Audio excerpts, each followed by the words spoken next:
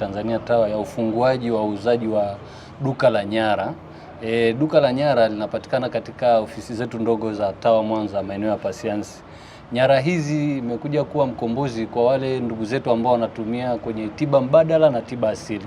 Hizi nyara za serikali zimekuwa zikitumika sana kwa hao wenzetu wanaofanya tiba za mbadala na tiba asili, mfano mikia ya nyumbu, ngozi za fisi, mafuta ya simba. Tumeona hata wengi wamekuwa wakidanganywa, wanadanganywa mafuta ya ng'ombe, wanadanganywa ni mafuta ya simba. Kwa hiyo ni fursa ambayo ipo, tunawashauri wananchi wafike ambao wanahitaji wa hizo kitu. Na katika kuhitaji wa hayo mambo, kuna fomu maalum ambazo utaweza kujaza. Dhumuni la wewe kuja kuchukua hiyo nyara ni nini? Ila ni tiba mbadala ama ni mapambo. Na sio tu kwa wale ambao wanatumia tiba mbadala peke yake.